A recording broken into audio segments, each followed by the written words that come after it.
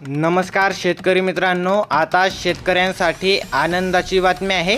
कारण की शेतकऱ्यांना आता 9व्या हप्त्याचे वितरण सुरू होणार आहे. म्हणजे शेतकऱ्यांच्या खात्यात आता DBT मार्फत 2000 रुपये हे जमा केले जाणार आहेत. नेमके कोणत्या शेतकऱ्यांना हे पैसे मिळणार व नेमके कधी शेतकऱ्यांच्या खात्यात आता हे 2000 रुपयांची रक्कम जमा होणार आहे, सविस्तर आपण एकाच व्हिडिओच्या माध्यमातून पाहणार आहोत. व महत्त्वाचं म्हणजे तुम्हाला हा व्हिडिओ पाहिल्यानंतर दुसरा कोणताही व्हिडिओ पाहण्याची गरज पडणार नाही आहे.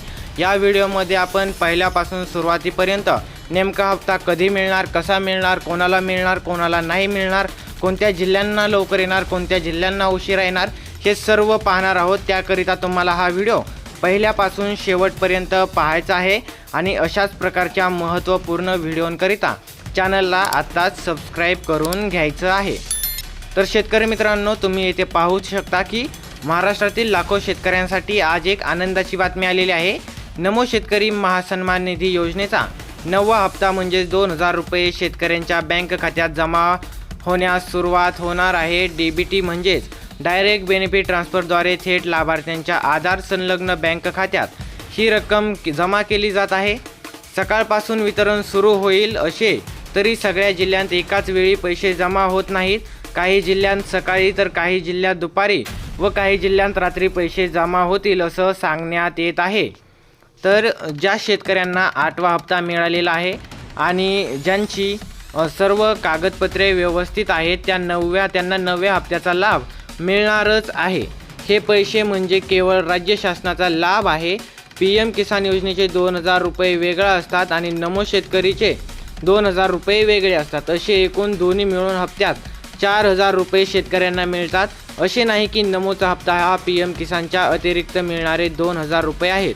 आज संध्याकाळपर्यंत जास्तीत जास्त शेतकऱ्यांच्या खात्यात पैसे जमा होतील अशी शक्यता आहे. मात्र त्याची आता अधिकृत तारीख कधी जमा होणार आहे हे आपण पाहणार आहोत. तर कोणत्या जिल्ह्यांना आज पैसे जमा होणार आहेत, तर कोणत्या जिल्ह्यांना पहिल्यांदा पैसे जमा होतील व कोणाला नंतर हे आपण या व्हिडिओतून पाहूत. तर पाहू शकता की जळगाव, धुळे, नंदुरबार, छत्रपती संभाजीनगर, बीड, परभणी, हिंगोली, लातूर या सर्व अनेक जिल्ह्यांमध्ये पहिल्या टप्प्यातील पैसे जमा केले जाणार आहेत. या जिल्ह्यात नमो शेतकरी महासन्मान निधी योजनेचा 9वा हप्ता जमा होण्यास सुरुवात होणार आहे. तर जळगाव, धुळे, नंदुरबार, छत्रपती संभाजीनगर, बीड, परभणी, हिंगोली, लातूर, धाराशिव, सोलापूर, सातारा, सांगली, कोल्हापूर, अमरावती, अकोला, बुलढाणा, वाशिम, यवतमाळ, नागपूर, वर्धा, चंद्रपूर, पुणे, अहिल्यानगर आणि नाशिक या जिल्ह्यांचा देखील समावेश आहे. मात्र काही जिल्ह्यांत अद्याप DBT व्हेरिफिकेशन प्रक्रिया सुरू आहे.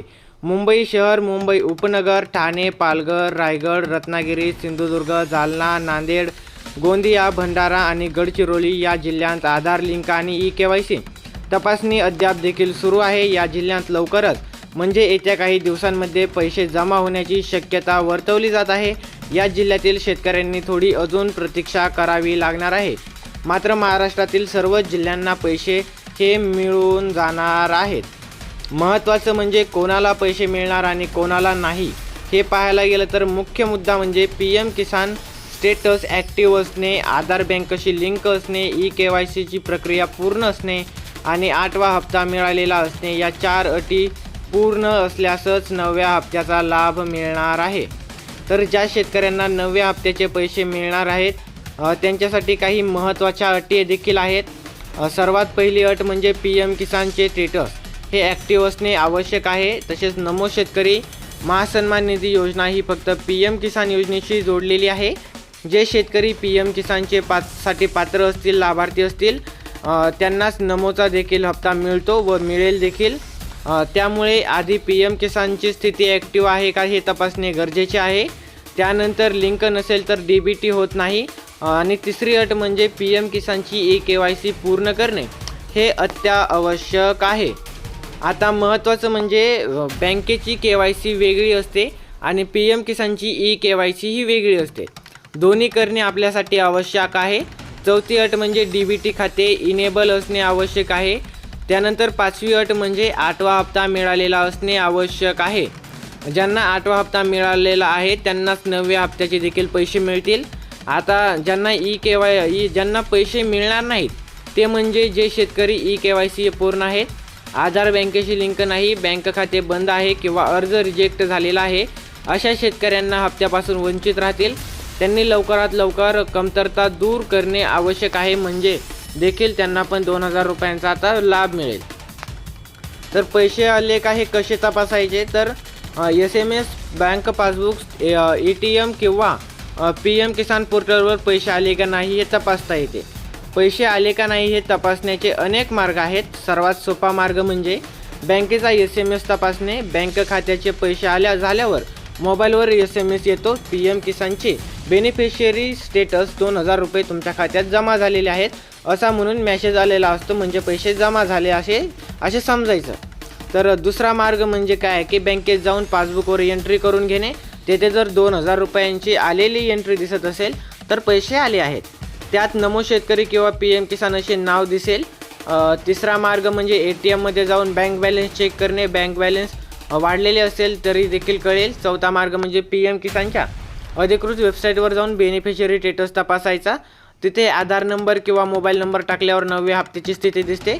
तसेच जवळच्या CSC सेंटरमधून जाऊन देखील तुम्ही ते तपासू शकता, म्हणजे PM किसानच्या पोर्टलवर तुम्हाला ॲक्युरेट कळेल की हे PM किसानचे पैसे आलेत का नाही. तर पैसे आले आहेत की नाहीत हे तर पैसे आले नाहीत तर काय करायचे पाहूत. तर ई-KYC पूर्ण करणे, बँक KYC करणे आणि PM किसान यादीत नाव असणे, नाव आहे का नाही हे तपासणे, या तीन गोष्टी अत्यंत महत्त्वाच्या आहेत आणि ह्या 3 गोष्टी करायच्याच आहेत. जर पैसे आले नाही तर घाबरण्याची गरज नाही आहे, कारण की आधी कारण शोधायचे आणि मग उपाय करायचा आहे. सर्वात आधी PM किसानची ई-KYC केली आहे का ते तपासायचं तुम्ही. त्यानंतर ई-KYC नसेल तर तातडीने पूर्ण करायचे, म्हणजे लवकरात लवकर पैसे येतील. तसे पण 1 ते 2 दिवसात PM किसानचे पैसे हे शेतकऱ्यांच्या खात्यात येतात. 72 तासामध्ये सर्वांना पैसे मिळूनच जातात. तर pmkisan.gov.in या वेबसाईटवर जाऊन ई-KYC या पर्यायावर क्लिक करायचे, आधार नंबर टाकायचा आणि मोबाईलवर येणारा OTP टाकून व्हेरीफाय करायचे आणि हे झाल्यानंतर ई-KYC पूर्ण होऊन जाईल तुमची. बरं, ज्यांच्याकडे OTP येणारा मोबाईल नंबर आधारशी लिंक नाही ते जवळच्या CSC सेंटरमध्ये जाऊन बायोमेट्रिक म्हणजेच अंगठ्याद्वारे ई-KYC देखील तुम्ही करू शकता, म्हणून घाबरायची गरज नाही आहे. बँकेची KYC वेगळी असते. बँकेत जाऊन बँकेची KYC आधार कार्डशी जोडणे हे आवश्यक आहे, म्हणजे बँकेची वेगळी आणि PM किसानची वेगळी KYC अशा 2 KYC तुम्हाला करायच्यात. त्यानंतर काय करायचं तुम्ही, तर PM किसानच्या लाभार्थी यादीत नाव आहे का नाही तपासायचे आहे. त्याच pmkisan.gov.in वर जाऊन वेबसाईटवर बेनिफिशियरी लिस्ट असे क्लिक करायचं. त्यानंतर राज्य म्हणजे महाराष्ट्र, जिल्हा, तालुका, गावाचे नाव निवडायचे आणि गेट रिपोर्टवर क्लिक केल्यावर संपूर्ण यादी तुमच्या समोर दिसेल. त्यात तुमचं नाव आहे का नाही हे तपासायचं. यादीत नाव नसेल तर सांगितलेल्या उपाययोजना अर्ज करायचे आहेत. तरी पण पैसे नसतील आले तर मग तुम्हाला अपात्र करण्यात आलेलं आहे. तर आता अर्ज रिजेक्ट झाला असेल तर लेखी अर्ज कसा द्यायचा हे आपण पुढच्या व्हिडिओमध्ये पाहणार आहोत. आणि महत्त्वाचं म्हणजे शेतकरी मित्रांनो, आता तुम्हाला नेमके पैसे हे कधी मिळणार आहेत हे पाहण्याकरिता तुम्ही पाहू शकता की अजून शासनाचा अधिकृत GR हा आलेला नाही आहे. ही एक महत्त्वाची गोष्ट आहे. शासनाचा अजून देखील अधिकृत GR समोर आलेला नाही, म्हणून नेमके तुम्हाला पैसे कधी मिळणार हे आपण सांगू शकत नाहीत. मात्र येणाऱ्या 5 ते 6 दिवसामध्ये शेतकऱ्यांच्या खात्यामध्ये 2000 रुपये हे जमा केले जाणार आहेत आणि शेतकऱ्यांना याचा खरोखरच लाभ मिळणार आहे. म्हणून शेतकरी मित्रांनो, 5 ते 6 दिवसामध्ये तुमच्या खात्यामध्ये अधिक शासनाचा GR येईल. त्यानंतर तुमच्या खात्यामध्ये नमो शेतकरीचा 9वा हप्ता हा जमा करण्यास सुरुवात केली जाईल व 2000 रुपये तुमच्या खात्यामध्ये जमा होतील. मात्र आता तुम्हाला अर्ज रिजेक्ट झाला असेल तर लेखी अर्ज कसा द्यायचा आहे हे पाहायचं असेल तर चॅनलला आत्ताच सबस्क्राईब करा, जेणेकरून तुम्हाला तो व्हिडिओ आला की सर्वात अगोदर पाहायला मिळेल. व तुमच्या काही अडचणी असतील तर आम्हाला कमेंट करून नक्की कळवा. तुमचे काम लवकरच होऊन जाईल व तुम्हाला देखील नमो शेतकरीचा योजनेचा हप्ता 2000 रुपये लवकरात लवकर मिळून जातील. धन्यवाद.